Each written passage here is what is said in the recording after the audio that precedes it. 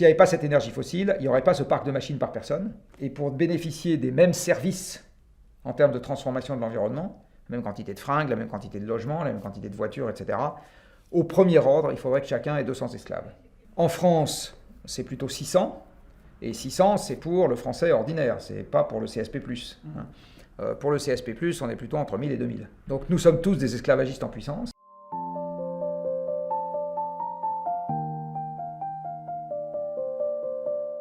On va partir un peu sur les énergies.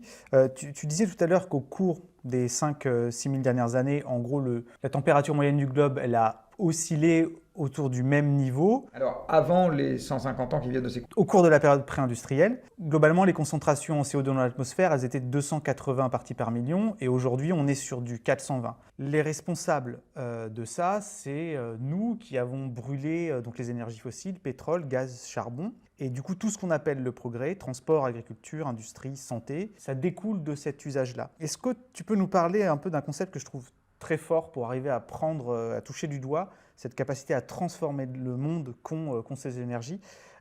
Tu prends souvent l'exemple des esclaves énergétiques. Je peux te lancer là-dessus? Oui, j'ai inventé une nouvelle unité d'énergie qui s'appelle l'équivalent esclave. L'équivalent esclave, ça vaut 100 kWh. Alors pourquoi 100 kWh? Parce que quand on fait un petit calcul simple, c'est à peu près la quantité d'énergie mécanique qu'un être humain au travail de force peut fournir dans une année. Mon effort équivalent, c'est quelqu'un qui ferait 1000 mètres de dénivelé par jour. Quand on fait 1000 mètres de dénivelé, on fournit à peu près 0,25 kWh d'énergie mécanique. Donc si je fais ça sur 365 jours, mettons 400 jours dans l'année, en ordre de grandeur, ça me fait 100 kWh à la fin de l'année. Un bon travail de force quand même. Le calcul que j'ai fait, il est le suivant. J'ai regardé quelle était la quantité d'énergie mobilisée par personne et par an en moyenne planétaire.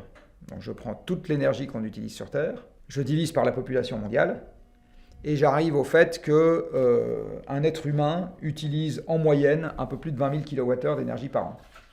Alors quand je dis utilise 20 000 kWh d'énergie, ça ne veut pas dire que moi on va me brancher sur le secteur, ou qu'on va me remplir mon réservoir de pétrole, là que j'ouvre la bouche et qu'on me met du pétrole, ou bien qu'on va m'injecter un tuyau de gaz dans l'oreille droite. En fait, utiliser de l'énergie, ça veut dire mobiliser une machine à son service. C'est ça que ça veut dire.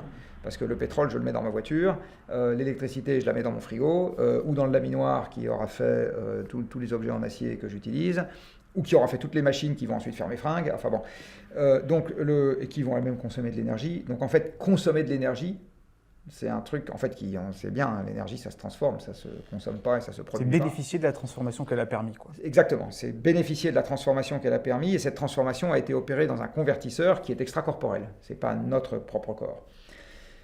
Donc en fait, l'histoire des hommes, c'est au fur et à mesure que le temps a passé, comme on est accumulatif et paresseux, comme toutes les espèces animales, comme beaucoup d'espèces animales, on a cherché à faire travailler les machines à notre place de plus en plus. Enfin, d'abord, on a fait travailler les esclaves à notre place, puis on a fait travailler les animaux de trait, puis on a fait travailler les énergies renouvelables à notre place, avec les bateaux à voile et les moulins à eau. Puis, depuis 2 siècles, on fait travailler les moteurs à notre place, les moteurs à combustion interne et les machines à vapeur, 2 types de moteurs, qui travaillent encore aujourd'hui tous les deux, puisque toutes les centrales électriques au charbon et au gaz, c'est des machines à vapeur. Et on a mis toutes ces machines à notre service. Et quand je regarde l'énergie utilisée par le parc de machines servant chaque individu sur Terre, donc je prends l'énergie consommée par toutes les machines et je divise par le nombre d'individus, c'est là que j'arrive à mes fameux 20 000 kWh par personne et par an. Et ce que je dis, c'est que pour avoir la même quantité de transformation de l'environnement, si on n'avait pas les machines et qu'on utilisait des esclaves, je prends mon équivalent esclave, là, à 100 kWh, et je divise 20 000 par 100 et ça me fait 200. Bon. Alors, ce n'est pas une division tout à fait exacte, parce que d'abord, l'énergie que je prends dans l'environnement, il y en a une bonne partie qui me fournit de la chaleur et pas directement de l'énergie mécanique, alors que là, 100 kWh, c'est de l'énergie mécanique. Mais il y a un certain nombre de cas de figure dans lesquels l'énergie nous sert à obtenir des services qu'un être humain ne pourrait pas fournir avec ses jambes, mais plutôt avec ses bras. Par exemple, fabriquer des vêtements avec les jambes, c'est compliqué, alors qu'on a quand même besoin de nos mains, etc. Donc, je prends une cote mal taillée en disant, allez, je fais quand même ça à 100 par esclave et ça va bien. Donc, ça revient à dire que dans un monde où il n'y aurait pas les machines, c'est-à-dire un monde dans lequel il n'y aurait pas l'énergie permettant d'alimenter les machines, parce que s'il y a les machines mais pas l'énergie, c'est comme si les machines ne nous servaient à rien.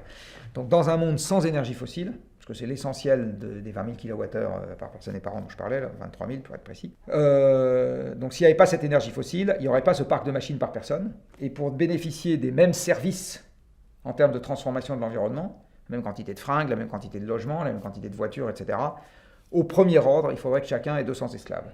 En France, c'est plutôt 600, et 600, c'est pour le français ordinaire, c'est pas pour le CSP+.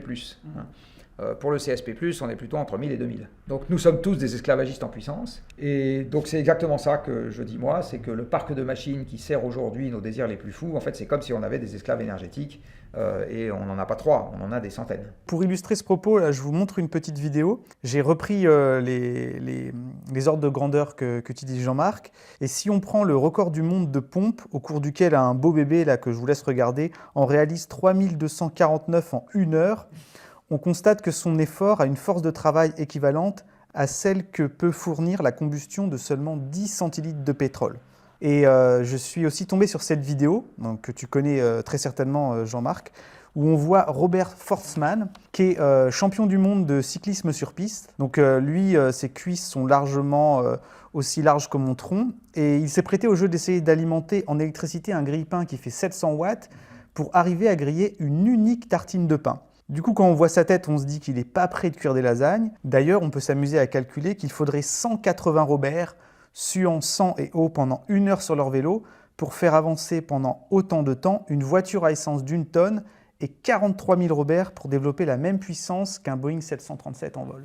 En fait, on est vraiment faible sans cette excroissance. Alors le parc de machines, nous on l'a incarné dans Le Monde sans fin, mais je faisais déjà ça avant dans mes conférences et mes cours, on l'a incarné dans le costume d'Iron Man. C'est-à-dire qu'en fait, ces machines nous donnent des super pouvoirs, elles nous font voler à 10 000 mètres d'altitude, ça s'appelle un avion, elles nous font avancer à 300 km/h, ça s'appelle un train, elles nous permettent de partir en vacances avec nos bagages, la grand-mère et le chien, ça s'appelle une voiture, et du reste, avant même ça, elles nous permettent de nous déplacer à 90 km/h, vitesse à laquelle nos jambes n'iraient jamais tous les jours. Elles nous permettent de fabriquer nos vêtements qui nous coûtent désormais quelques euros pour nous acheter de quoi nous vêtir. Elles nous permettent de manger pour rien. Il faut savoir qu'en France, c'est 1% de ce qu'on gagne qui sert à rémunérer la production de nourriture. La fraction qui revient à l'agriculteur qui produit vraiment la nourriture, 1% de ce qu'on gagne. Tout le reste, c'est de l'emballage, du transport, de la transformation, du magasin, des revenus de banquiers qui ont prêté à tous ces braves gens, de la publicité, des dividendes, etc. Enfin, c'est tout sauf de la bouffe, quoi.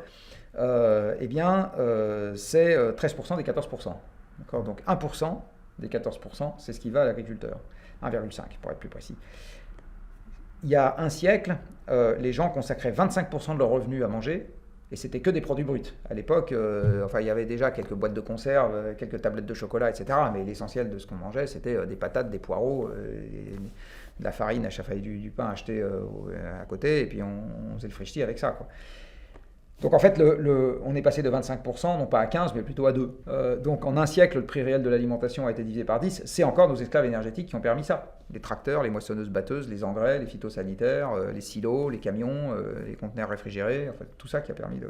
Donc en fait, la puissance globale de tout le parc de machines qui sert tout ce qu'on fait, on l'a incarné dans Le Monde sans fin, dans le costume d'Iron Man, qui nous donne vraiment des super pouvoirs et une capacité à maîtriser notre environnement qu'on serait évidemment totalement incapable d'atteindre avec nos seuls muscles. La force de l'être humain, c'est sa cervelle, c'est pas du tout ses muscles. Les muscles, on est faible par rapport au reste du règne animal, et maintenant, avec le temps qu'on passe le cul dans un fauteuil, on est encore plus qu'avant. Mais donc, il faut bien comprendre que ce qui fait notre vie aujourd'hui, c'est cette extraordinaire armure faite de machines qui travaillent pour nous et qui nous donne une capacité, encore une fois, à se servir dans l'environnement qui est juste hors norme par rapport à ce qu'ont connu nos ancêtres et hors norme par rapport à ce que fait toute espèce animale. Et cette armure est en train de lentement se fissurer. Alors cette armure, elle est lentement en train d'avoir 2 problèmes. Le premier, c'est qu'il lui faut beaucoup d'énergie pour fonctionner à cette armure. Et on commence à arriver localement maintenant et régionalement à des problèmes d'approvisionnement en énergie. D'ici quelques décennies, le problème va devenir mondial. Et puis, elle se fissure par ailleurs parce qu'elle commence à subir les coups de boutoir des grandes transformations environnementales. Et même cette armure, dont j'ai dit tout à l'heure, l'énergie aujourd'hui, c'est ce qui nous permet de gérer à court terme les premières conséquences du réchauffement climatique. Mais un jour, même cette armure ne sera plus suffisamment puissante face à des dérèglements à large échelle qu'on est susceptible d'avoir.